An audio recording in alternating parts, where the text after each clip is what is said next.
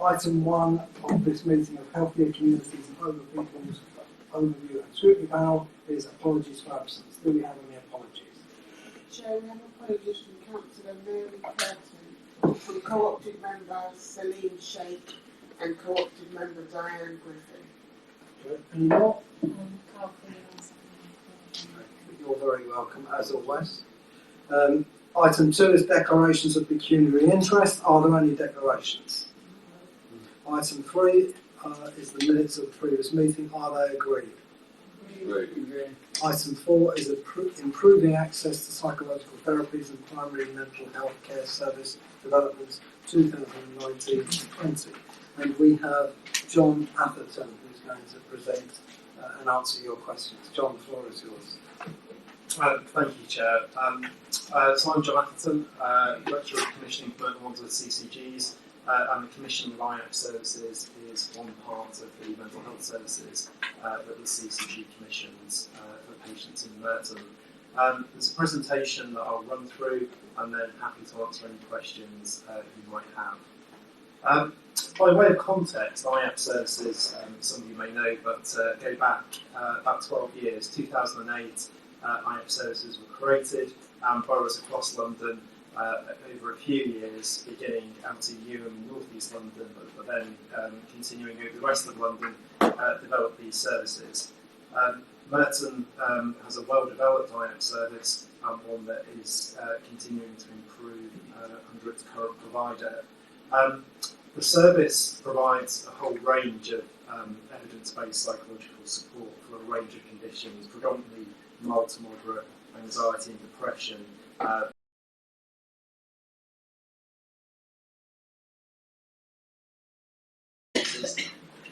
Patients undertake one of a number of effective symptom severity checkers. There's different things that can make the presenting conditions, anxiety or depression. And at each session, at the beginning of their treatment, they will have a score, and at each session, that score is reassessed. Recovery is achieved if they're what's called clinical caseless at their first assessment, and then below clinical caseless at their final assessment. So in effect, do they have notable symptoms of anxiety or depression at the beginning of their time in the IAP service, and have those symptoms been sufficiently relieved when they finish with the service. And the graph, the top graph shows the Merton IAP's performance, which again has been consistently above the 50% required. And I've got the January data point, which is 53%, so continuing above. And the chart below shows us compared to South West London, other boroughs in South West London, which is the line, and the bars are the Merton position, so comparatively doing very well compared to other parts of South West London. The next slide shows us the waiting times position and the national requirements around waiting times. 75% of patients completing treatment within 6 weeks, and 95% commencing treatment within 18 weeks. And again, the charts show very clearly that people are able to access care for their first appointments in a very timely way. We continue to work with the service to make sure that people can then access their second and subsequent waits to ensure there's no onward delay. But in terms of first treatment, we are well above where we need to be in terms of national standards. Moving to the next slide, we've been looking at ensuring that people who access the IAP service are representative of the people of Merton. The first chart looks at ethnic group, and the second pie chart looks at older adults. I think it's fair to say this is an area of ongoing review in terms of ensuring that in our agreement for the contract with South West London St George's for 2020-21, the contract focused on the contract from the beginning of April, we're looking at the list of inequalities and those groups that we need the service to continue to work with to increase referrals. So in terms of the older population, for example, the pie chart is showing about 6% of people age 65 or above are accessing the service, and we know that about 10% of the population is that age band. So possibly some more work to do to look at making sure that we're getting a representative referrals across the board. And I think there's been a huge amount of work over the last 6 to 9 months in terms of advertising the service. There's various posters around the boroughs and Wimbledon train station that I see regularly, and there's also snippet map online marketing to ensure that people are aware of these services and how to access them. The penultimate slide looks at the primary care recovery service. This is one of the two companion services to the IAP service that we commissioned at the same time. And this helps to support those people not in the mild to moderate category that the IAP service works with, but those who have severe mental illness, but whose situation is such that they are stable and that they are able to step down from the care of the secondary mental health services, usually at South West London St George's, to the care of their GP. There's a number of advantages clearly for the patient in doing that. Not least, it's generally much easier to access appointments at a GP practice than to have routine follow-ups at the mental health service. And also, it allows patients who are well and able to manage their severe mental illness through whatever their treatment arrangements are, to step away from an ongoing connection with secondary care services. And we're working through at the moment what the performance metrics will be for that service. That's a very new service for us. It's been running for less than a year, but the draft metrics so far, and these will be finalised in the next month or so, is looking at the rate of discharge from secondary care for those people with stable but ongoing need, some sort of annual review, and some review of patient satisfaction, because clearly we need to make sure that that patients do feel an increased satisfaction, that this service is able to offer them something more than their routine follow-up was able to offer beforehand. And then finally, the wellbeing service. So this looks to support those people who haven't reached what's known as caseness, those people whose anxiety or depression wouldn't be diagnosed in the boundary of caseness, but who could benefit from some extra support. So there's a whole series of workshops and courses that are available: self-confidence and assertiveness, relaxation, anger management, and these can be accessed by anybody. Some of them are online, and most of them are at various locations across the borough. And these really help people to understand how their mood is affected by various patterns of thinking, and how to be as positive and as effective as they can. Much of it is on the basis that there's very little you can do about life events, but you have a considerable degree of how you respond to them. And patients are able to access these without GP referral. They can self-refer and attend as few or as many of these courses as they like, including those that are online. I'll stop there. I'm happy to answer any questions. Thank you. Are there any questions? Nigel. Thank you, sure. If you go on page 7 under performance update, and the second paragraph, you're saying that there are some disappointment with the number of patients treated in a Merton. And is it possible, can you explain more about this and why? Yeah, absolutely. So we're very disappointed at the beginning of the year in that we had the incumbent provider had action, and we had the step-in providers, i.e.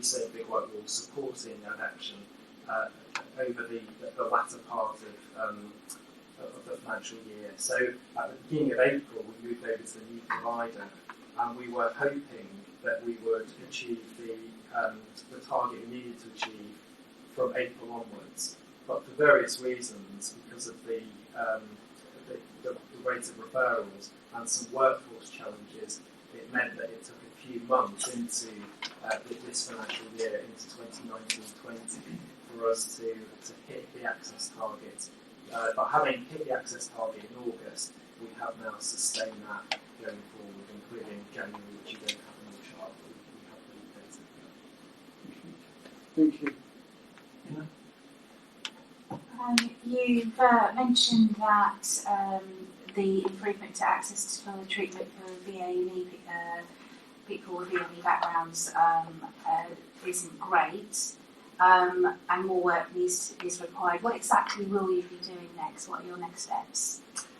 So there's a number of next steps around ensuring that in any group that's underrepresented, that we look in more detail at where referrals are received and anything more we can do to encourage people to access the service when it's appropriate for them to access the service.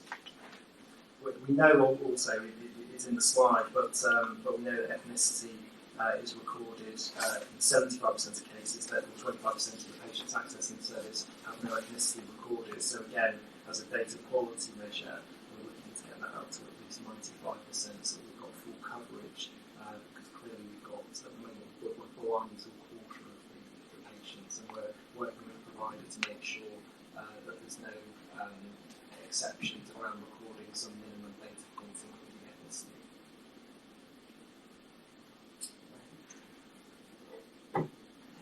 Thank you, Chair. Two questions, if I may.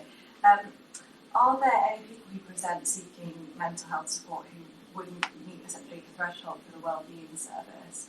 And the second question is that I know that some parts of the country they've developed an integrated IAPT and long-term physical conditions service, just recognising the number of people with physical conditions who have mental health conditions as well. Is that something that Merton offers or is looking at? So in terms of answer your first question, the wellbeing service is open to everyone and everyone. So it's a service that clearly patients need to be motivated to access it, but there is no minimum threshold in terms of need. And yes, in terms of long-term conditions. So we at the moment look at long-term conditions, diabetes, chronic heart disease, and chronic respiratory disease. And they will then roll forward into the next financial year. Absolutely, there's a link between people living with long-term conditions and poor mental health for some people, and we do what we can to support both their physical health, be that diabetes or something else, and their prevailing mood and mental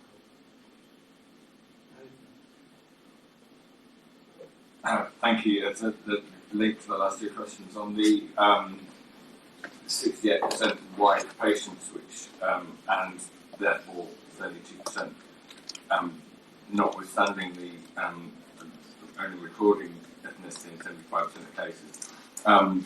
Touching on that, we know that diabetes is more prevalent amongst Asian and black communities in the country than it is everywhere and anywhere else. Also, have you weighted this in terms of socioeconomic status? Because we know black and ethnic minority people are overrepresented in the poorer people in the borough, and is there a link between that and mental ill health as well as with long-term conditions?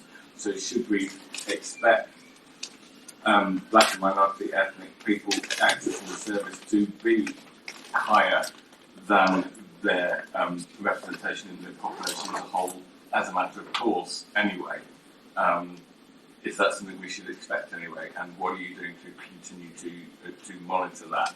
Because I don't think we should automatically be concerned that there's over-representation amongst that group. If there's more need amongst that group, we should be delivering on that need.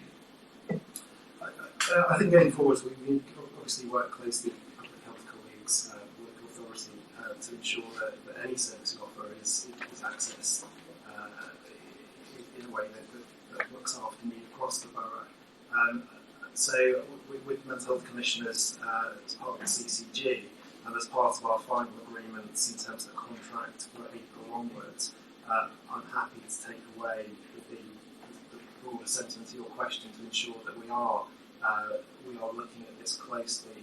I think as the slide sets out what we are doing, but I'll certainly take that challenge back and make sure there's nothing we've missed in terms of what we're looking for to ensure that all groups get appropriate access. Thank you. I think that's all the questions. So can I thank you for your presentation, for answering the questions that members have brought, and enjoy the rest of the evening. Thank you. Thanks very much. It's not very nice out there. Okay, so the next item on the agenda is cancer screening in Morden. We have Dr. Josephine Uwende, who's going to present. Welcome. Thank you very much.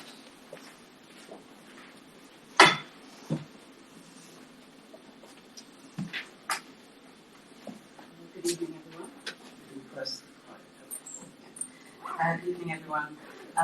You should have received a PowerPoint presentation in which we have summarised the trend and uptake coverage in Merton and compared Merton with the rest of London, with South West London and your comparator boroughs. And in this presentation, we've also given you information on some of the key changes in the cancer screening programmes and giving you a very brief summary of screening provider performance. So if you go to the third slide, there are many issues affecting public health programmes in London, which are summarised in this slide. The main ones affecting cancer screening relate to staffing. So staffing particularly affects cervical screening, which is largely delivered in general practice, and there is a general shortage of practice nurses who take the cervical screening screens or the cervical screening samples. But also in other screening programs that we deliver, there's a general national shortage of the radiology and radiography staff, which are required to complete breast screening. So the radiologists are the consultants and the radiographers are allied health professionals, and there is an acute shortage across the country. I'll come to this later, but key to note here is the change in the bowel screening program, where we introduced a new screening test called fecal immunochemical testing. And because this is a test that is generally more acceptable to people, we've seen uptake increase across the country, which means that more people are actually coming into our services. And this has had a knock-on impact on the staff that are required to assess people who are positive. And this includes what are called screening, specialist screening practitioners, or SSPs. It affects endoscopy staff, so these are the consultants that actually look into the colon to investigate if there are any abnormalities, and also pathology. So these are the people who actually look at the biopsies, so if you have a polyp and it's removed. So the success of the bowel screening program and increase in uptake has resulted in pressures across the country and in London. With all screening programs, there's always been an issue around the acceptability of the various screening tests.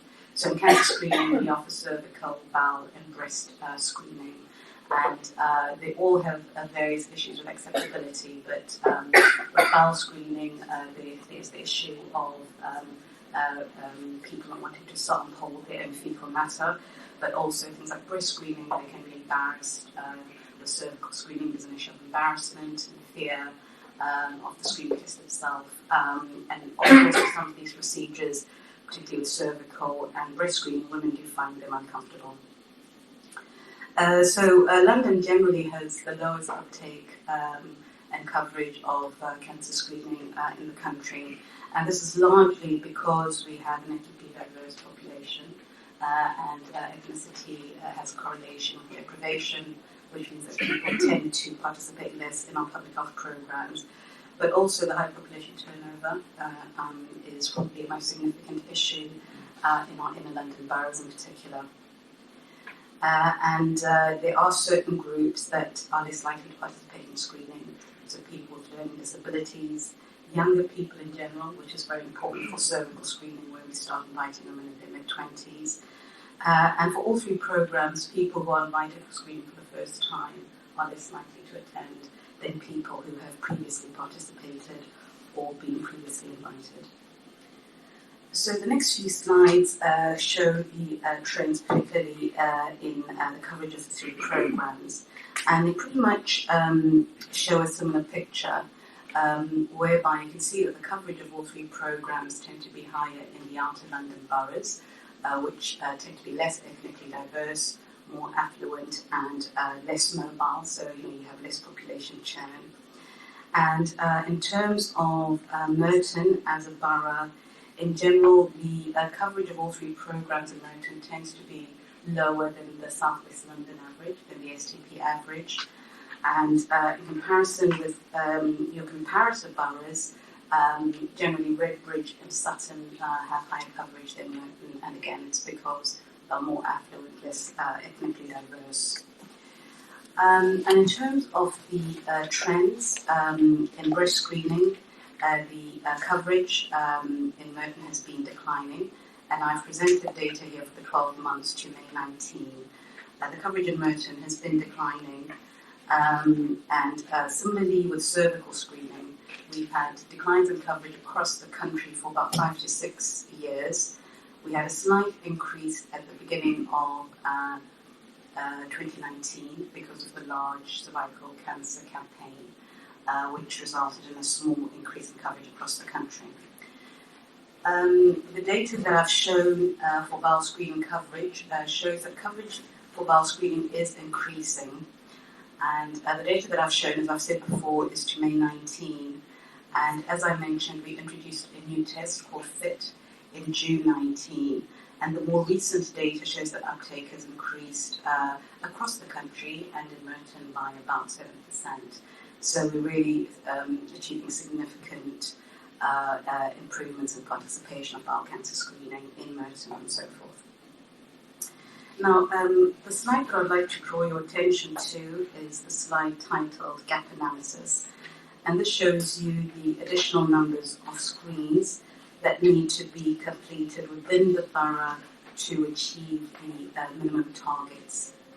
And you can see here that across London, across South West London, and in Merton, generally in Merton, we need to screen thousands more people every year to meet the target. But I'd like to particularly draw your attention to cervical screening coverage, which, as I said before, largely occurs in general practice. In Merton, we need to screen about 2,200 women more every year to achieve the 80% minimum target.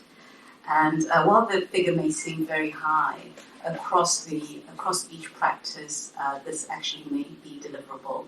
So it could just be maybe 50 additional women, 50 to 100 additional women every year. But obviously, we do require practices with the support of the CCG and the borough to actually do the planning around how they will screen those women. So the gap is large, but at a practice level, at an individual practice level, we do think that gap can be closed. And it's very important that this is an issue that's given attention to halt that decline that we've seen in cervical screening coverage.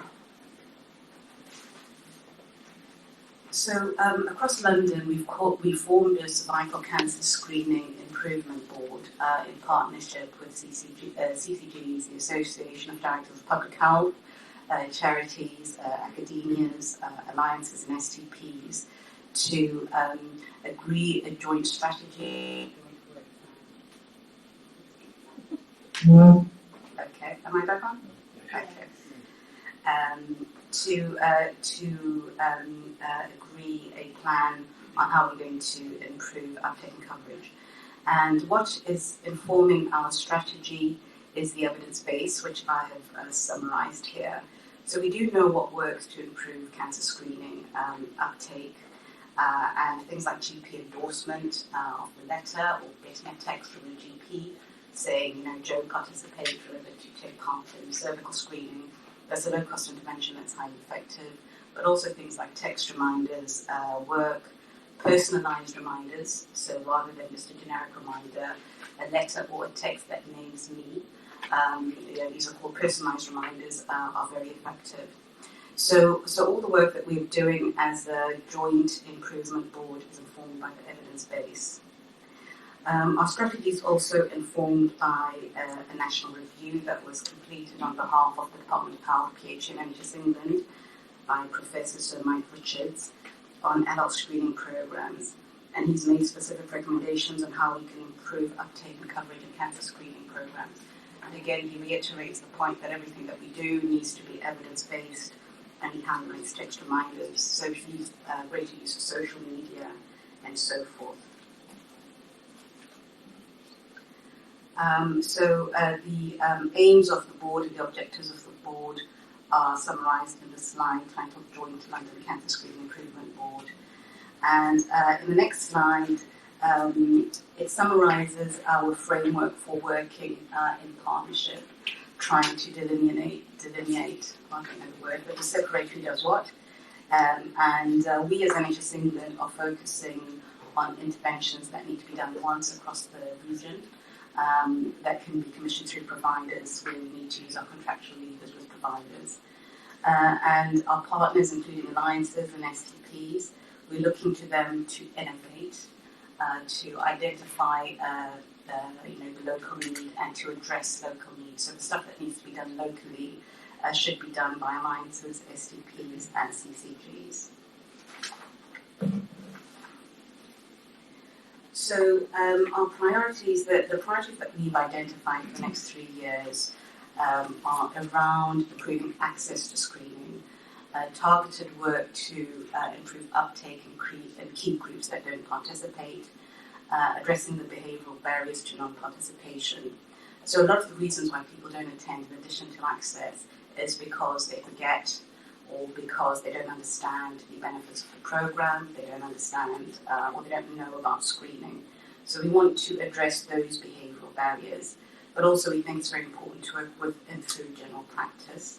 Not only because general practice is the main deliverer of cervical screening, which is by far our biggest programme, but also, as I've said before, the endorsement of your GP is a low-cost, very effective intervention to get people to participate in cancer screening. So in the appendix, I've given you the work plan in full, but in the slide in summary of NHS priorities, I have highlighted the key interventions or our key work streams, and I've put in red the key areas that we would be looking to be delivered by Merton, Borough and CCG, as well as the STP and the Alliance.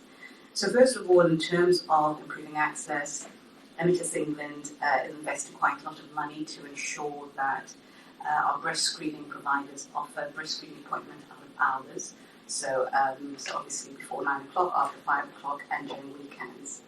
And we're also looking to improve access to cervical screening. And this is particularly important for young women, for working women who work outside of their borough and can't get to their GP during the working day. And we're doing this through investing in extended access hubs. We're hoping that they will deliver cervical screening in addition to the primary care appointment that they deliver, as well as getting the sexual health providers to offer cervical screening. We hope that the sexual health providers will offer at least 5% of screens, cervical screens by 2023-24.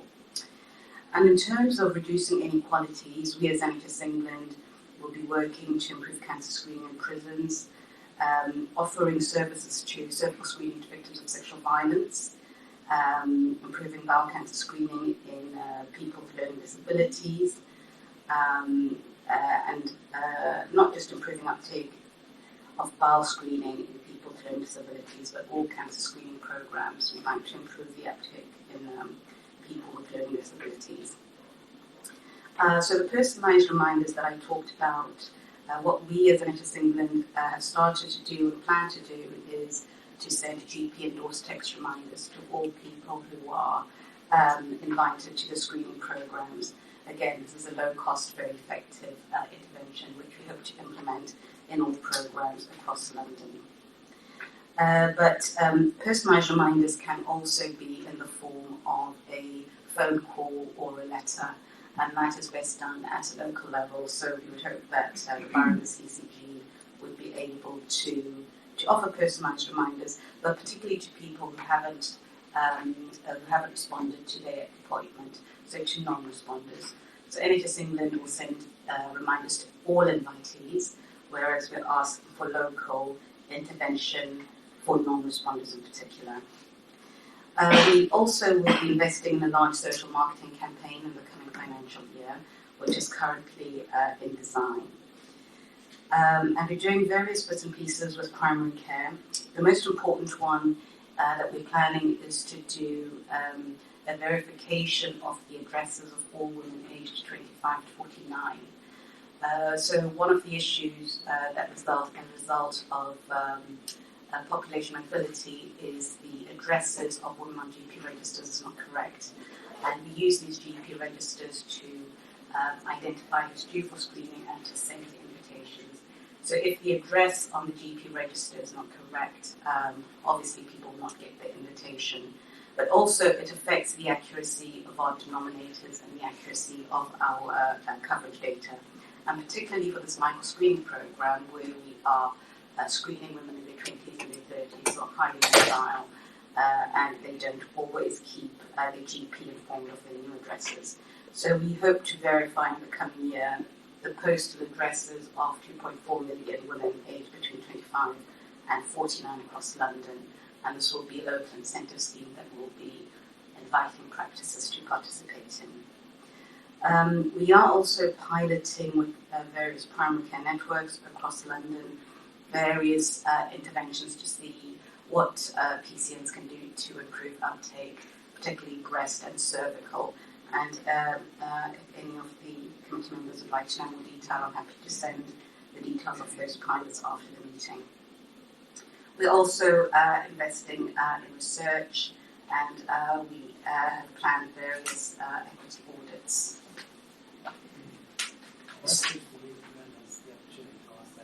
Sure.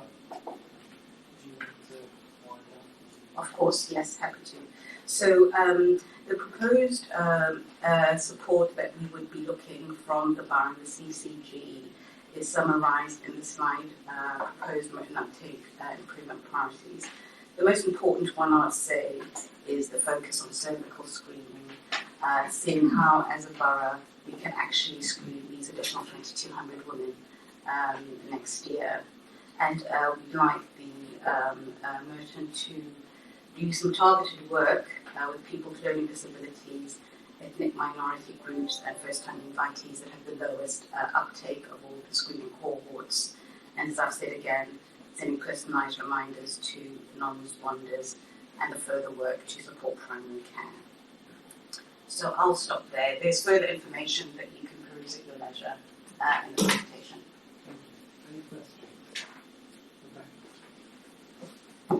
Thank you, Chair. You mentioned that Merton's coverage and uptake is low compared to other boroughs in South West London. You cited certain reasons for that, sort of ethnically diverse communities and also deprived communities. And I just wondered whether you allocate sort of resource and spend according to that, whether you can actually look at boroughs and look at specific cohorts that are going to be more likely to not participate in screening and be able to allocate resources according to that, the need. So what we focused on as NHS England are the interventions that can be implemented across the region. So as of yet, we haven't done any targeted work based on need, but we hope that with a partnership approach of the alliances, so RMP, Cancer Alliance and the SDP, that targeting can be done.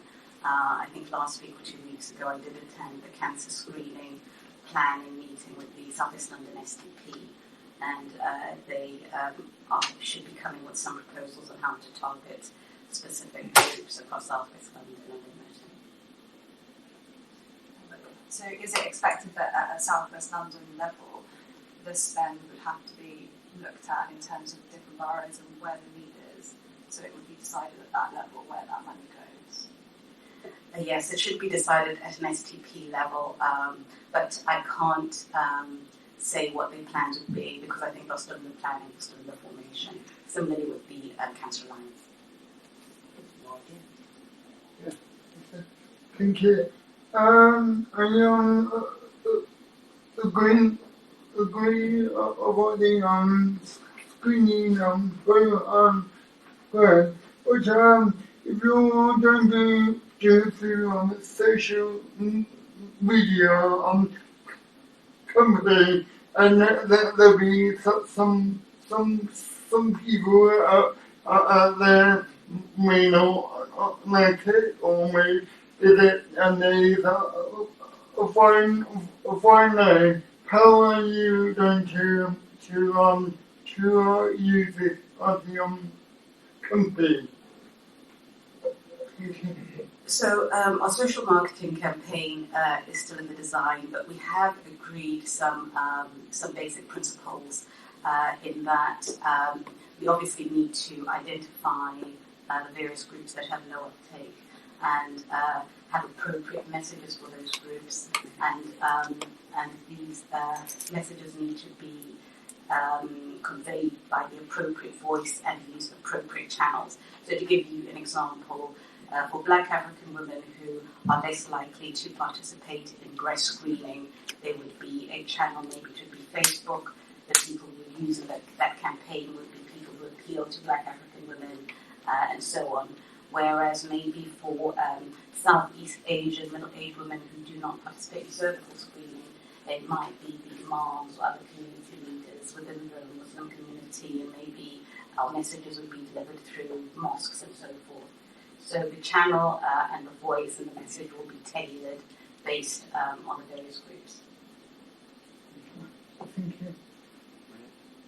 Sorry, just to add to that from that kind of Barry Hall's Head Strategic Commissioning the Merton Public Health Team. I think there's also that aspect of the social media campaigns that we can work locally within Merton. So colleagues we've supported within healthy workplace programs, bowel screening programs across the borough. And we're also working with our colleagues in the Chamber of Commerce to spread the messages, to tackle stigma, and to encourage people to take up those screening and immunisation programs as well. Any more questions? Thank you for your presentation. Wish you well in your efforts.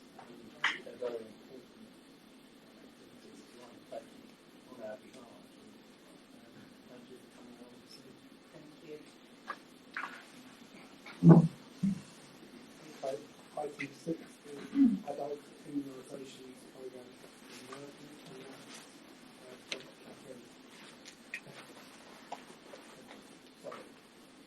Oh, that's one.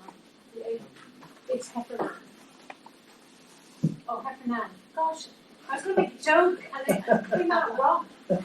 Yeah. Do you know it? I do know the joke. Yes. Where am I? No, it was It's been just a long day. it's just like because the surname's Heffernan and there was never any Heffernan, but some Irish people added the O in front of it because they were being mistaken as Heffernan during World War I, and people thought they were German. So I was going to say it's Heffernan rather than Heffernan. It came out all wrong. So, I could tell you a story about the priest that married me who had the O not got his birth certificate. We'll talk about that. there's lots of stories. Off you go. Okay, well, thank you for inviting us, and we'll try and keep this brief. Oh, you're very organized.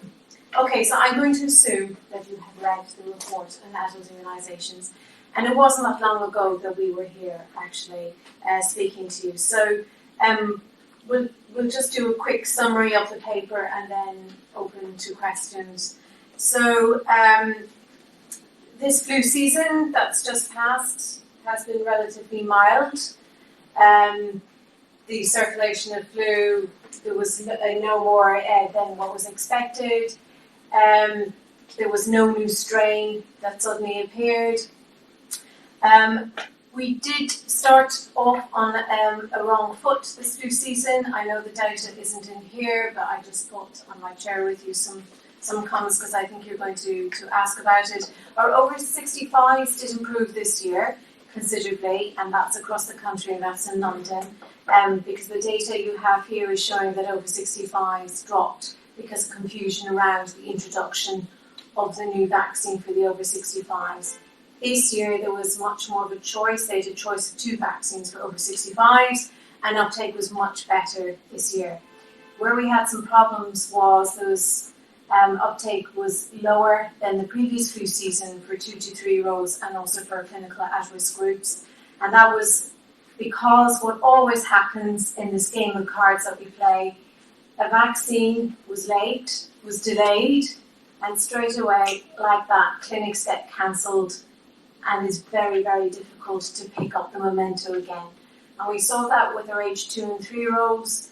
There was no child flu vaccine until the end of October, and we started off really badly. It's been taking a while to catch up. That said, everyone is still vaccinating till the end of March. It's not too late. And given that we have another respiratory illness in circulation, it's pretty good that if people do still go, if they haven't been vaccinated, to still go get their flu vaccine and to protect them against influenza. It's still in circulation. It's in lower levels than it was later in the flu, or earlier in the flu season, but it's still around. So, in terms of, I just added in our school vaccinations.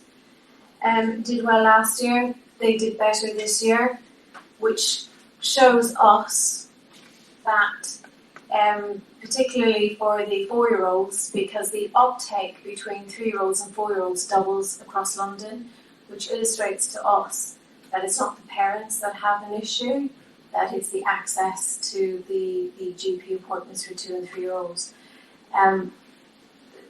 You know as well as I do that in London, we are at our maximum capacity with our general practices, and we are using GPs and we are using practice nurses.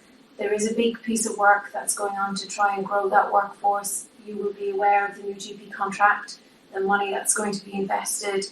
So please do bear this in mind, that vaccinations, yes, uptake is affected by, people's attitudes. It is affected by how you promote it. It is affected by affected by community engagement. But equally in London, it's greatly affected by access to appointments. And if the staff aren't there to give the vaccines, it's very, very difficult. And we certainly see that with flu vaccines. A delay in vaccine, they can't do their clinics that week. They got to move on. And they've got so much workload to go through, very difficult to make up for it. So something to bear in mind. The other thing to bear in mind with London, doesn't affect flu vaccines as much, but very much affects the younger populations. Is of course people move around a lot in London. People move in, they move out, and they move around a lot. And Merton has its own turn of people, and we certainly see that in the younger age groups, less so in the adult age groups, but it is there. And the other thing to bear in mind looking at flu vaccinations are clinical at-risk groups. They are your working age groups. So it's very difficult for somebody at work to come in and have their vaccination. Our pharmacies, of which you have a large number in Merton who provide vaccinations, do very, very well. And they do better each year, and they were better this year than last year. Well over 250,000 people marched through those stores and got a vaccine. One of our issues has been that a large proportion of that data hasn't made it into the stats. So this year, we have incentivised GP practices to upload the flu vaccination data that they get from maternity units and that they get from pharmacies. So we're hoping that by the end of March, when we take our cut of data, that we will see a difference and perhaps a better reflection on the vaccinations that are going on out there. We've done. There are large pieces of work that are going on in London. I just want you to be aware of that will have an impact on these programmes. We have 7 main work streams that NHS England is working on in partnership with the GLA and in partnership with PHE, and they are embedding consistent automatic call recall across London and all GP practices. For children's vaccinations, to having a fail-safe call recall in the Child Health Information Services. We have a big programme work around the promotion of vaccinations, a big stream of work around improving immunisation training, because it's very important that if the nurse is confident in understanding what the vaccine is about, she's much more likely to talk to any vaccine hesitant patient. We are also, we've started and we've done the first phase. We're looking at where our underserved communities and populations are and groups in London. London has large numbers of groups who delay vaccinations or don't have some vaccinations and others. So we did a massive mapping exercise on a London level, and we're now drilling into GP deciles to get a bit more of a feel. Then the next stage is to work with yourselves and to work with other partners on the ground to see how we can better tailor. So one example is we have worked with City and Hackney in trying to bring vaccinations to the Haredi community there in a way that's not using traditional GP practices, because that was not a very good way of accessing for them. Pneumococcal, very difficult to say how we're doing on that shortage of pneumococcal vaccine, PPV 23 for the over 65s. It's a global shortage. There's only one manufacturer, and it's something that's out of our control. However, what I would advise is that the children still receive their pneumococcal vaccine. By vaccinating under 5s, they do give indirect protection to the rest of the population. So as long as we're pushing that and we're keen on that, that should help us until this other vaccine comes back in availability. Shingles has been improving, except in Merton. But there is a big plan of work going on. Bernadette might be able to tell you a bit more about. Just this work is going on is basically health meetings with the local authorities and the CCGs in getting training for practice managers and practice nurses based on disseminating Shingles toolkit, which is which is developed in collaboration with other boards. I can't remember the name of the board actually, and it's proved very, very effective in other areas. Now this there was a training event for the practice managers and practice nurses, and they said the toolkit has been disseminated, and then there was just a change in the CCG. So at the moment we haven't evaluated how it's actually being taken up and used at this given point in time. It's still a little way to go. So that's being changed up at the moment, but I do know that in some of the neighbouring boroughs like Kingston and Richmond are creating very different demographics, and that's recognised, but there's a lot of really, really good work there and good practice there. So we're looking at how that can be transmitted or developed into the best practice guidelines across London. That will happen pretty sooner rather than later. So that's what's been happening. Unfortunately, as I said, there's a change of in the resources within the CCC. So that person is Chan, which is no longer there, but so we're working with the other person to get feedback from the practices and how they use it, identify the helpful, and we'll be looking at the data, as I said, to see what the improvement the value has been. But I do know from the neighbouring boroughs in Richmond that it's been really, really well received by the practices, and they can see from having utilised the toolkit, they can see that there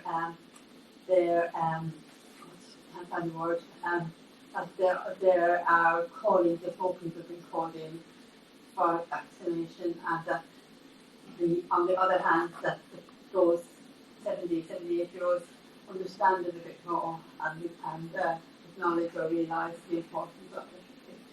That's where we're at with that at the moment. But hopefully we'll see the rates improving across spectrum within the region.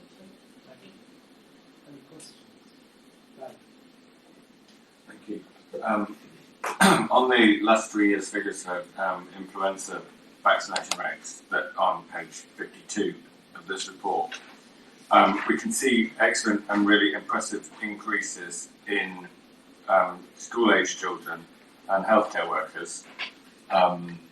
So what would you kind of think of a captive market? You know where they are, you know how to get to them.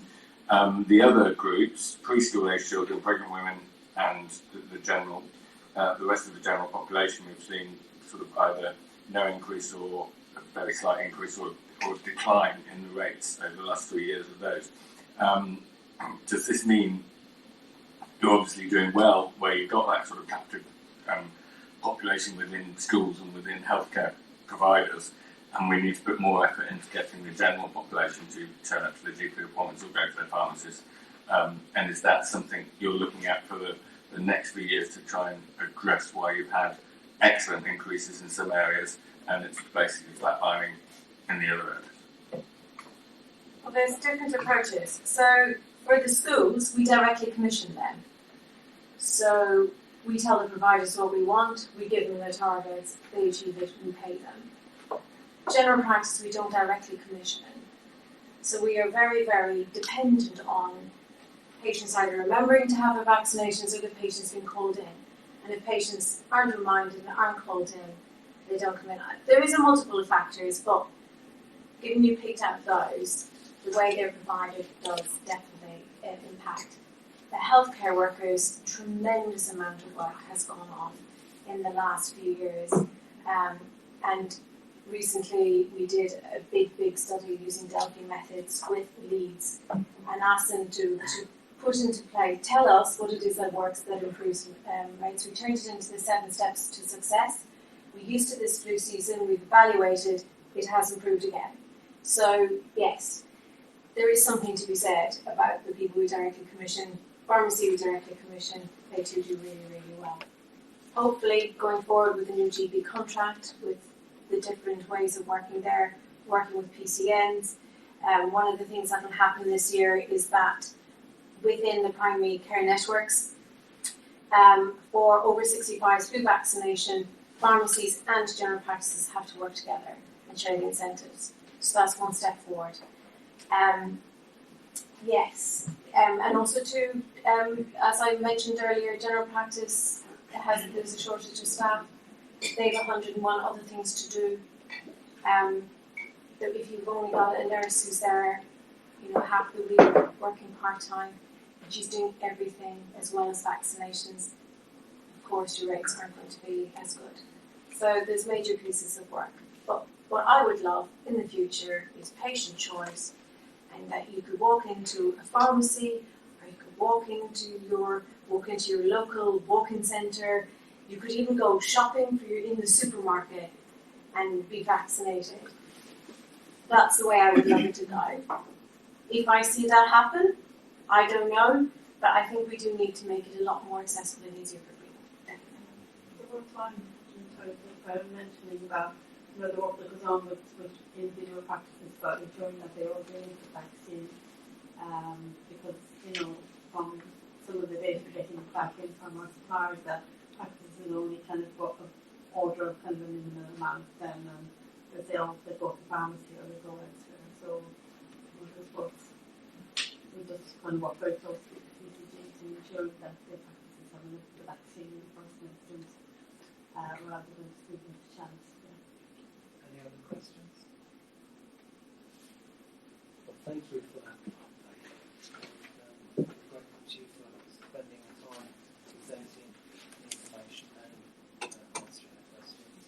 We wish you well in your work, because that too is very important. It's like work, so thank you for what you do. Thank you very much.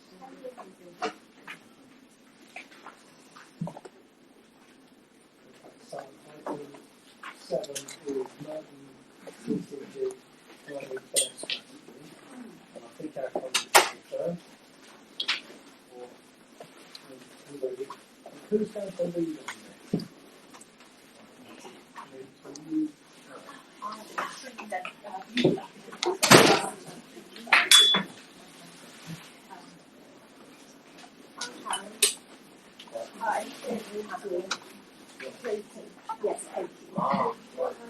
confusing. Sorry, I'm definitely myself. I got married recently and I can't remember anything. Presumably you're still Catherine or Katie. I'm saying Catherine or Katie. You told me Katie was and you told me Catherine, and it's all very It's the confusing. bugler or dental I get confused about. Congratulations on that. And well done for remembering your name. Despite the stress of the fight. Okay, so you're going to kick off. I'm going to kick off and then I'll hand over very briefly to Karen. And if we can keep it brief so that members have the opportunity to ask their questions. Thank you. So, the paper that you've got in front of you provides a Can you really use your mic, high-level please? overview of some of the. So the paper you've got in front of you provides a really high-level overview of some of the developments that we've been working on in primary care over the last year. So just three key things that I really wanted to draw your attention to before I hand over. So firstly, I think the development of our primary care networks has signified a real step change in progress in primary care across the borough. And this has really been welcomed by practices in Merton as well, because it builds on work that we've already been trying to do to support sustainability in different areas of the borough. So unlike in other areas of the UK where it's been very difficult to bring in primary care networks, we're ahead of the game. The second thing is the work of our GP Federation, Merton Health, together with the local authority and also CLCH, around the management of our most vulnerable patients in the borough. So that's both those who are living at home but also in care homes as well. And we now have a really comprehensive multidisciplinary approach to looking after those patients. And then the third thing is really our work around primary care quality, which has seen a number of our practices actually improve following quite difficult CQC inspections that they've had over the past year. So those are my three key things. I'm going to pass over to Karen to talk about access. Okay, thank you, Katie. So really, I've come to talk about GP access, and I'm going to cover three different parts of GP access. I'm going to talk about GP access in practices, via our GP access hubs, and also digital access. So firstly, in our practices, the CCG has continued to fund the Improving Access to Primary Care Local Incentive Scheme, and all our practices are signed up. This funds additional activity above contracted delivery in the core contract, and it provides additional appointments both in the normal working hours between 8 and 6:30, Monday to Friday, but also in extended hours, which would be the period in the evening up to 8 p.m, Saturday mornings, and for some practices, depending on their population, they opt to actually offer early morning appointments as well for people who may be commuters. An important part of it also was when we set this up, we had some feedback, particularly from parents, that they had concerns about getting their children seen promptly in primary care if the child was unwell. So the scheme protects some same-day slots for children, and also we have some slots that are protected for redirection from NHS 111 and local emergency departments. So those are held until a certain point before the appointment time, and then if they haven't been taken, say by a child for instance, then they would be released for general use and they always all get filled up. So that's in practices, and I think that continued funding has really provided stability to practices to allow them to invest in their workforce. We've seen an improvement in skill mix as well within the primary care workforce, and they're using that workforce to deliver the extra appointments. Next, I'm going to talk about our GP access hubs. I think last time when I came here, we were talking about the two hubs that we had, one in the east and one in the west of the borough. And I'm pleased to report that we've managed to increase the number of hubs from 2 to 6. So, as Katie referenced, we have 6 PCNs, so we actually have a hub in each PCN now. So that means that these additional appointments are actually really even more local to where people are living, because the PCNs have a close geographical structure. So we think that's a big improvement for patients. And also our Federation colleagues who run the service have said that they've also seen an improvement in their ability to staff the rotas, because a lot of local staff are happy to work within their local surgeries that they know, rather than perhaps working a bit further away in one of the hubs. So that's been a bonus as well. In fact, I was told the rotas are booked up a couple of months in advance, so that's good news. Turning now to the actual specification of what's provided, we've really managed to expand the nursing specification in particular, so that there's a lot more nursing treatments on offer. When we first opened the two hubs, it was just wound care that the nurses were providing, but now they offer a wide range of things such as ear syringing, blood pressure checks, chronic disease checks, spirometry, and actually linking into some of your earlier presentations, we have a cervical smear clinic that runs from our hub, and also very recently the newest thing we've added is an immunisation service for childhood IMS, which runs in an evening session in one of the hubs, and hopefully that will help working parents who maybe can't bring their children for their vaccinations during the daytime. Also, the nurses will offer routine immunisations like shingles and flu and other various immunisations as well. So we think that's a real improvement. You'll see in your paper that more appointments have been offered year on year from the hubs, and actually our additional sites have added in 3,218 appointments between October 19 to January 20 inclusive. So again, by expanding the sites, we've also offered more appointments as well. The hubs also take direct bookings from NHS 111 and local emergency departments, so Epsom, St Helier and St George's can both book directly from the department into the hub, and again they have protected slots for that purpose, and also our practices can clearly book patients in as well. We believe we're offering a high quality service, high quality consultations. The GPs and clinicians will have access to the GP record with patient consent at the time of the consultation, and we've had very good patient feedback. So that's the hubs. Moving quickly on to the third part, I'd just like to talk a little bit about digital access. Increasing uptake of digital services, online services, is a priority area for primary care, locally and also nationally. It's seen as a part of a comprehensive offer for clinically appropriate patient contacts. And actually, GPs have a contractual obligation to offer a certain proportion of their appointments online, and that proportion is actually going up. I think Anne will probably tell you the number, it's about 25%, something like that. I think have to be online. Yeah, so it comes up in the coming as that we're moving up towards, yeah. And also, Merton practices have rolled out the use of an app called Dr. Link. This includes a symptom checker, and then the algorithm points patients to a variety of local services depending on what they've entered into the app. And if the outcome is that they need a GP appointment, it links to the online booking service at the GP practice. The work is continuing to refine the algorithm based on clinical feedback. I'd like to just make a point. I think digital is great, but it's clearly not for everybody. And I think we always have to be mindful that it may not be suitable for all. But I think it does free up reception time to assist patients who perhaps prefer to ring in the usual way, or to come in person into reception in practices.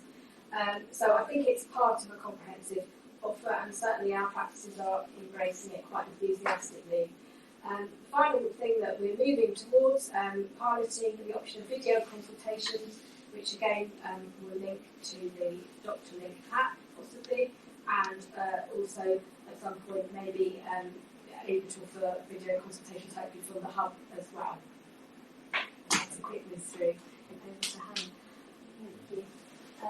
So just to touch on a few areas relating to workforce. So I think we're really fortunate in Merton that there are protected learning time events, which are opportunities for all members of the practice team to come together and benefit from a range of different areas of education. So that's clinical and non-clinical staff. And in the paper, there's touched on the topic areas for this financial year. So that's very much guided by particular clinical needs and priorities, and there's a real joint approach to how those events are put together. Also is touched upon, there's a range of different recruitment and retention initiatives. A lot of those are coordinated at a South West London level, so we have training hubs in each borough who work together and will take the lead on various projects and initiatives, and that just enables the funding that's available for some of those initiatives to go further and to be more efficient. And so there's a range of different offers for our practices.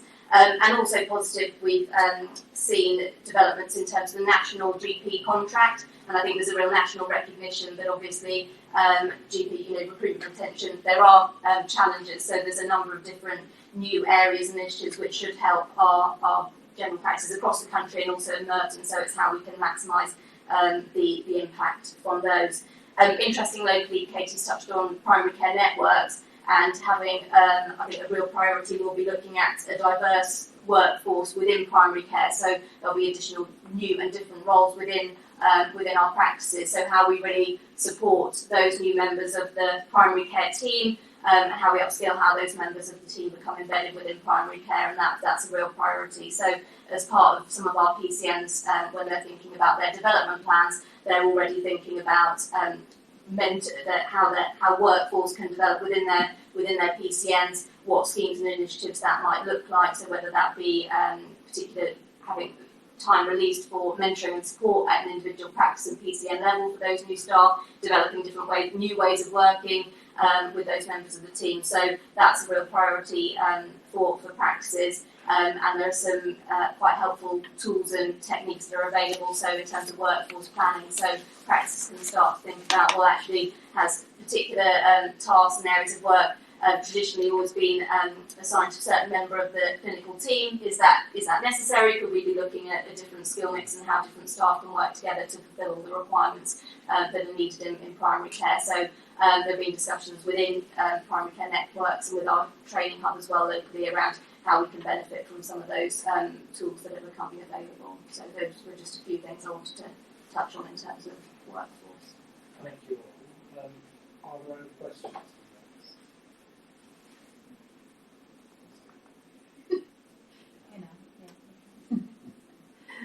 Thank you, Chair. Yeah. I know, I'm not that person.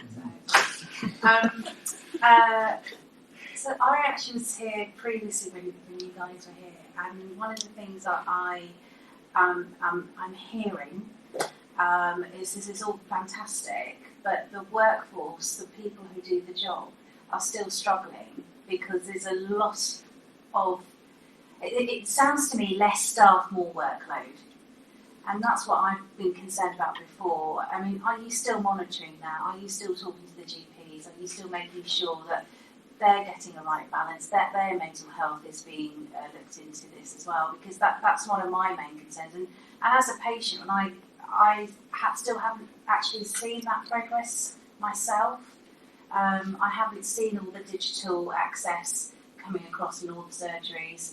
I still have to phone up at 8 o'clock in the morning and not get an appointment every time I call because there's no getting through because it's constantly engaged.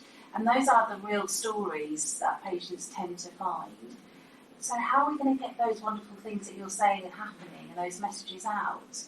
So two kind of areas there, GPs and patients. Shall I just pick up a little bit about the GP side of things? So in terms of whether we are talking to our GPs and hearing their concerns, we absolutely are. So we have a programme of practice variation visits, which are described in the paper, and that's a real regular touch point where we actually get to go out to each individual practice. Our clinical leads go, and somebody from my team goes along as well, to really talk to them not only about how they're doing against various indicators, but actually to talk to them about how things are in the practice. We also have our practice support team, which is a team of experts from primary care, drawn from practices that are doing well, who can then go out and work with them too. Tomorrow we were actually due to have a workshop around healthy workplace with all of our practices round the table, where we were actually going to do a focused session around what more we can do. Unfortunately, due to some operational pressures that are going on at the moment that you may have heard a little bit about that we probably don't want to dwell on too much, we've actually stood that down for this month, but we'll be putting it back on next month. So that's really where we hope to, again, not only provide a touch point for GPs, but look at what more things we could be putting in place locally to help with that. And how about this part of your question, are there enough of them? Yeah. So should we pick up that bit now? So in terms of whether there are enough of them, so GPs, GP practices have to do a return every year saying how many staff they've got at each different level within the practice. We haven't had that data back for this year. It will come through at the end of March. So in terms of real numbers, I don't have a specific counsellor can give you on that right now. However, when we looked at this last year, we were pretty much in Merton middle of the pack for number of GPs to number of patients in the borough. So actually, in terms of London overall, we're certainly around average. We don't have a low number of GPs per number of patients. And anecdotally, I think it's reasonable to say that we have a number of training practices in the borough who have an increasing number of registrars coming through to them. We know that a number of our practices have successfully recruited new partners this year, and a number of our practices have actually worked jointly as primary care networks to resolve potential issues that were going to come up around recruitment of partners as well. So I think we've got a number of admittedly anecdotal evidence that would suggest we're on the right track with this. But it is all about making sure that Merton is a great place to work for GPs, and a lot of these educational schemes and things that Hannah's just talked about are really crucial to that. Are there going to be enough looking into the future? Because one of the concerns we've had with this committee in the past is that a high proportion of GPs, as I understand it, have been in their roles for some time due to the very carefully.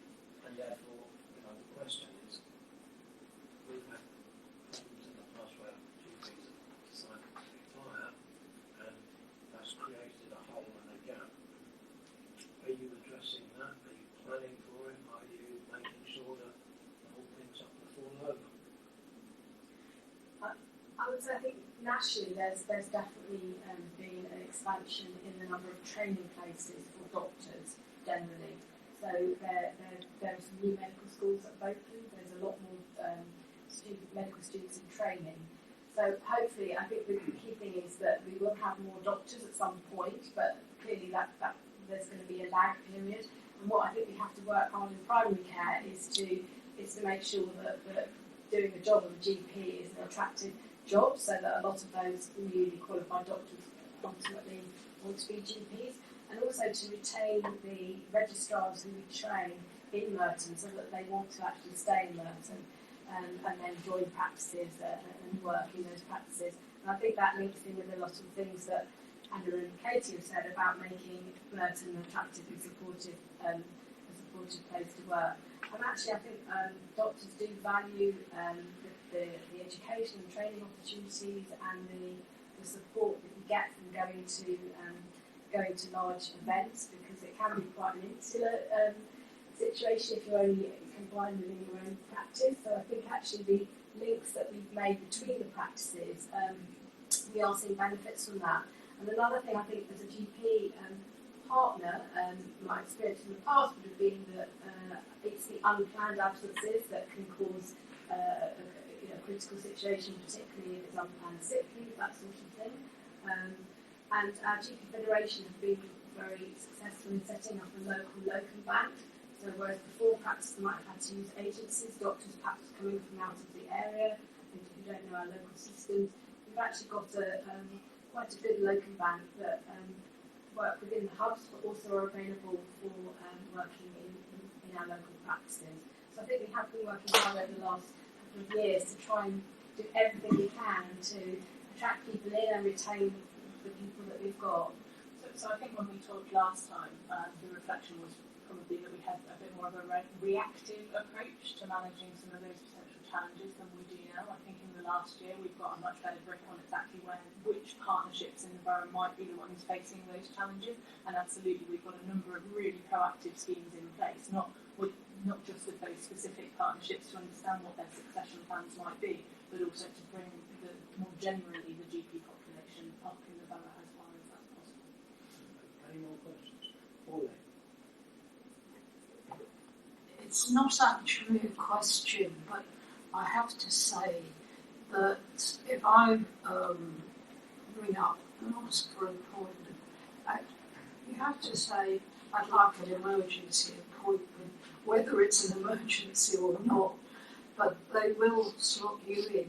And there are locums in my practice, always, because I usually go and see a locum. It's nice when I can see my regular GP, but if I can't, and I need help, I do manage to see a doctor.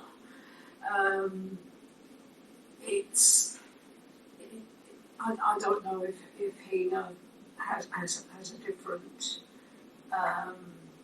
experience, but that's what I've found, that there are plenty of locums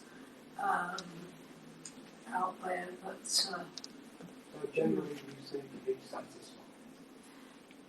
Well, certainly at the surgery I go to. I can't comment on all of the Merton surgeries, but that's the way it looks. And then they have an online system as well, where you can do the online bookings. Right. Yes. Thank you. Alright. And in favour of the technology, and it's always in improving and making people's lives easier and better.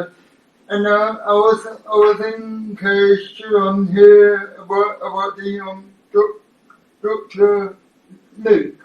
But I've got some question. What are the success rates?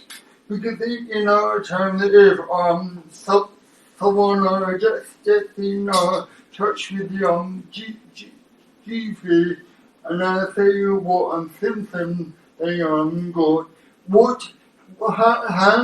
how can you tell? Because the doctor cannot actually do any body checks, body, because it'll be on the screen. That's the one issue. Another issue is the mind, because I reckon in the future the young people will go for the doctor and where they have busy lives, busy lives. Does it work by appointment, or does it work phoning up and then waiting in a line? And thirdly, okay, if you're without technology, and how reliable are they? Because some people will run or slower than others, and if you suddenly got cut off, because and then you're back on the line, how you keep in touch? Do you have a phone number on standby, which I think? Thank you. Okay, so the first question I think was about if you're having a video consultation, not clearly the doctor can't lay hands on you. So I think the video consultation really is similar to a telephone consultation. It would be up to the clinician to decide whether it was appropriate, and also in conjunction with the patient, to proceed with the video consultation, because if it was clear that having spoken to the patient over the video, or even saying on the telephone that they needed a specific examination which couldn't be done, then you would expect the clinician to convert that then into a face-to-face appointment. So they may then say to the patient, well, no, we can't move this any further forward, you need to come in and see me, and then most doctors would then give an appointment depending on the urgency of what they've been told. So I think in the same way, the same applies to a telephone call. So I think there are those safeguards there. I think there are the sort of rules around the consultation which have to be agreed between the doctor and the patient, because it has to be safe. So that's the first thing. The Dr. Link app, the algorithm will, depending on what the symptoms are that the patient puts in, will have what we call a disposition at the end of it. Will tell the patient what they need to do. So it might just be go to the pharmacy. It might just be self-help. It may be, for instance, at the moment it's being used in relation to coronavirus that the algorithm would direct them through to 111, which is the national process that we're using for that. Or it could be you need to see a GP, and it's quite new. So GP practice at the moment are reserving slots for Dr. Link, so that if you then come through on Dr. Link, you've done the algorithm, and it says you need an appointment, you can then go through the online system and actually book into one of those slots. Clearly, if those slots have gone, then you would need to telephone your practice in a normal way. But we're trying to take some of the pressure off of reception, so that they're freed up to help people perhaps with more complex needs, or people that are not able to use the technology, or just don't want to use the technology, which is fine as well. So it was around technology, what happens if people get cut off and need to get Oh, back through? yes, I mean, again, it is a bit akin to phone. Most telephone consultations we do now are often to a mobile phone, and obviously, you know, the signal could drop out, etc. So, yes, if you have a patient, it will only be your registered patient, so you would have the contact number on the record, likely. And actually, I think most doctors at the start of the consultation would say, just check you've got the right patient, check you've got the right records open, and obviously you can check their contact details. So if unfortunately they did get cut off, at least you'd have some way of getting back to them. Yeah. What? That's it. Okay. Are there any other? Nigel, hang on a sec. I just want to make sure that if other people have got questions, they get the opportunity. Because you had 3. So, are there any other questions? Well, in that case, You've got a bonus one. Yeah. A great question. Through the Dr. Link, how do you know this is the way patient? It could be someone that you know, just be tending to be you know, someone that well, do you do shifts, you know, first, and then make sure the young person is the you know, you know, correct person. You have to be registered with the practice to use the service. Yeah. It is an NHS approved app, and it has gone through all the regulatory checks and inflation governance checks. Again, you could say the same about somebody telephoning in.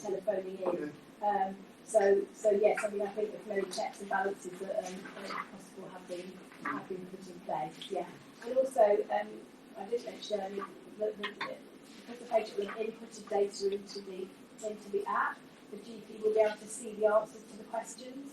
So you won't be starting asking them those same questions again. Sorry, you won't be starting asking them those same questions again, because they will have that information before the consultation starts. Thank you. any other questions? No. In that case, can we thank you, the 3 of you, for coming along and presenting and answering our questions. Okay, item 8 is the work programme 2021. Any notes for the work programme?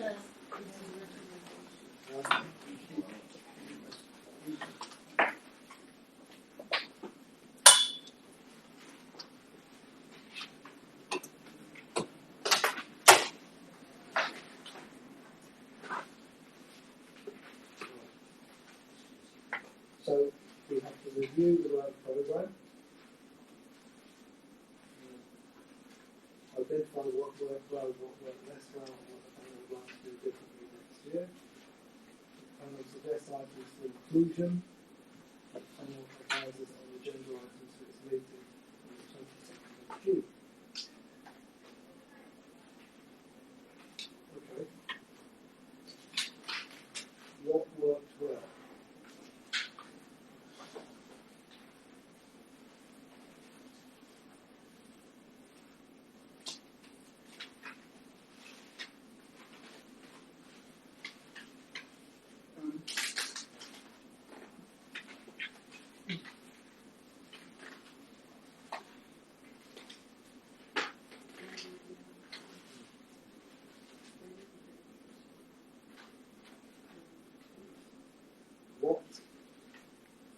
what worked less well?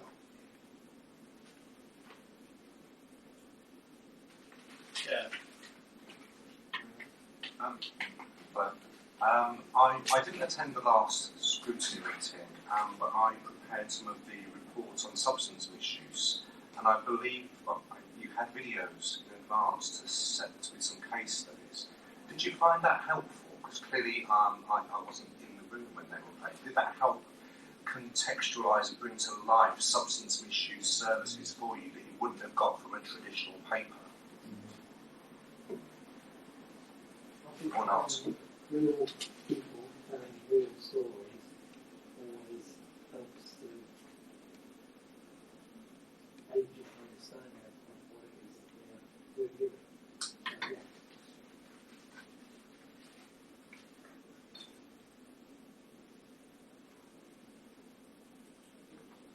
Nigel? Did you find at the on the sexual sexual care was helpful because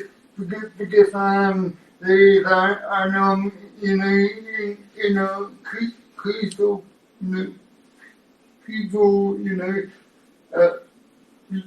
living longer, and it is now portrayed by our agenda, quite high up on the agenda, and we learn more about it. It help us to understand, because they know when they're learning or what service they need, or try and make them more independent than being forced going into a nursing home, and I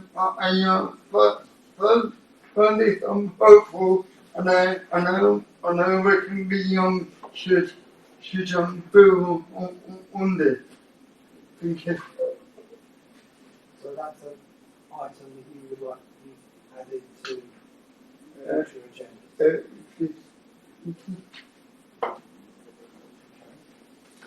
I mean, I must say that I think I found tonight useful because we had a number of different health colleagues coming in, talking about a specific area of work, telling us what progress they've made, what they were planning to do in the future, and we had the opportunity to ask some questions, and I think that's one of the key roles for the panel. I think we need to continue with that and get regular updates on new important issues.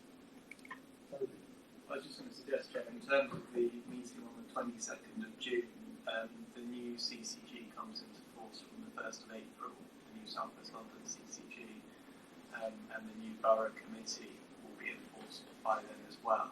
So it might be that you want an update on how that's settling in. You'll have a new chair and vice chair of the Merton Borough Committee, so Karen Worthington is the new deputy chair, and it might be you want to invite them along and someone from the South West London CCG just to talk about how that is settling in.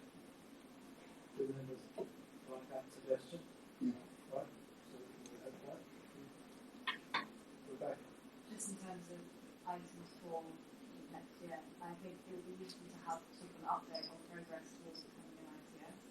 Since 2021, everyone is sort of P1 essentially. I think that would be useful to understand where we are in that process. So when would there be sufficient evidence to be able to slot that in? I think you could ask for an update on the 22nd of June because they are going through the application process at the moment. So I think they could talk about the South West London CCG and then the transition to an ICS in the one item. And then agree to review it at regular intervals thereafter.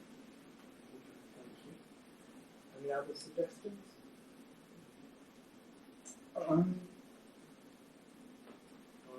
Please avoid topic, but should be now done, and that's under mental health. We get there's of different issues we can explore.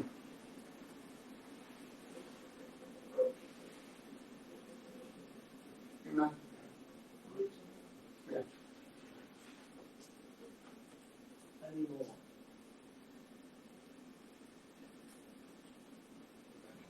I wonder whether we could, it might be a science group, but do something around community pharmacy as we're looking at sort of expanding different types of healthcare professionals that people should be accessing, not just going to the GP, for example, seeing what can be done around community pharmacy or promoting community pharmacy as an option. I think that's very much already underway, isn't it? Pharmacists seem to be doing far more than they did many years ago. They are, and one of the things we have on our public health work plan on behalf of the Health and Wellbeing Board over the next year is to refresh our pharmaceutical needs assessment. So the timing could be perhaps a bit down the line for next year to give an update on that pharmacy needs assessment. So how many pharmacies we have, the services that they're providing, the opportunities that we have, because that will have to be published by the 1st of April 2021. And is there a local sort of group representing the pharmacies? There is. There's a local pharmaceutical committee who represents all of our pharmacies. Okay, so we could invite them to come along and talk about the changes in the work that they're undertaking. Planning to undertake. It sounds like there are further changes afoot. Okay, thank you. Any more? Nigel?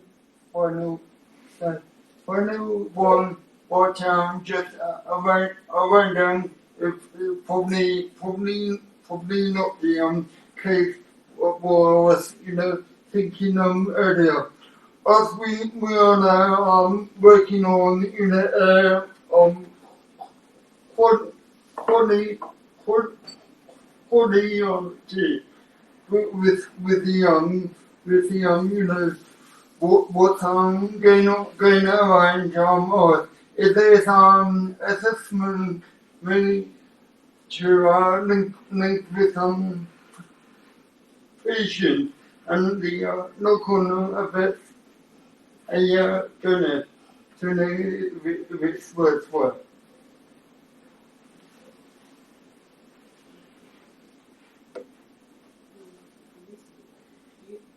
It's on quality. Quality. Yes. On air quality. Yes. And it's getting effect. And how much? And if we explore different parts of Merton has the biggest effect. And if we explore that's very much a public health issue. yes, I know this, but probably it's not related. I mean, if we go to the sustainable communities panel, they usually cover air quality. But does it affect on people's well-being? Well, they do look at it holistically through the air quality action plan, but I can see what you mean in terms of health. And then it's a random but just a thought. I was just going to say, Chair, that it does go to sustainable communities, but that does tend to be more from environment and region. And I think the public health team has done a lot of work on air quality and some of those other issues across departments. So it might be that Daphne's team could come and talk about some of the work they've been doing to embed the health principles approach across different directorates. And I think air quality is a good example of that, but also active travel and other things. Just to build on that, so I think the conversation just about primary care networks. One of the pieces of work we're doing at the moment is about how primary care networks can be healthy and green, so they look after our staff, but also include active travel and are more sustainable. So we can link those healthy and green agendas really strongly together. So you could prepare some sort of paper setting out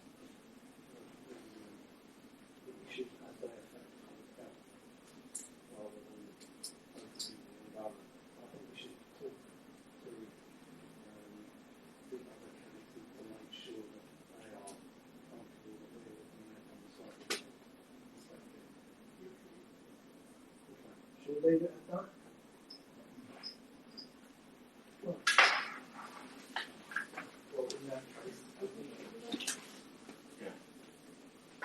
Well, I can't sit here and ask people questions all night, so I don't answer them. There were the processes for setting the work programme for the next year anyway, aren't they, coming up? Yes. Just the whole evenings where topics are suggested for all Yeah. to get involved. But I would encourage people, if you come up with ideas or suggestions, to get in touch with Stella so that we can include them. You don't necessarily have to fill in a questionnaire, but sometimes if you're on your way home and a light bulb moment occurs and you think, we should take that, so please do get in touch. Okay, thank you for your contribution. Thank you. Yeah. Everyone's aware of the meeting that's taking place on the 25th. Yeah. I hope Carl is. But that's an important meeting, and I want everyone to come along and participate in that important issue. I'll ask for a substitute, I think they'll work, but somebody will be there like that. Everyone let us know. Well, they can't refuse. Okay. Thank you. Okay, thank you very much. I declare the meeting closed.